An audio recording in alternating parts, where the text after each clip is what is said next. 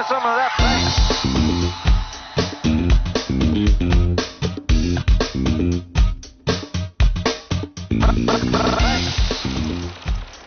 We started these events about 10 years ago, a little over 10 years ago, and we've developed them into what I think is probably the leading business luncheon forum of its kind, in Queensland definitely, if not in Australia. We only attract national, international figures, and they could come out of business, politics, economics, social field, whatever. And we've had over the years the most remarkable success. It's about emphasising the position that QUT has of being a university for the real world. And so we're attracting the best individuals in their fields. They're at the leading edge of the issues that they're dealing with.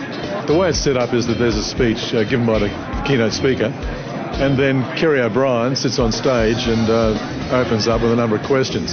He never gets into that Spanish Inquisition approach. It's always the right level of questioning, and then opens up for the audience. So the audience got a good chance to ask their own questions, nothing planned, and sometimes the questions you could have avoided, but it's important that the audience gets involved. So that's what we say to them. Watch out for this audience, because they expect you to be personal. I find the events to be very stimulating. I find them to be incredibly informative.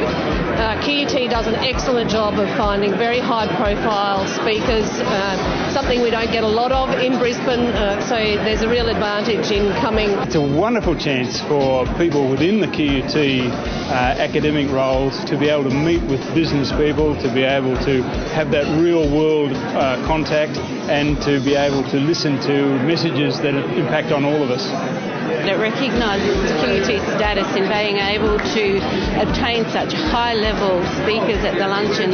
I think it's one of the business events on anybody's calendar to go, and I think, as you can see, the number of people that are here at the moment, it's just the place to be. Kerry O'Brien certainly pulls out the nitty-gritty, and this particular lunch, I think, is going to prove very, very interesting.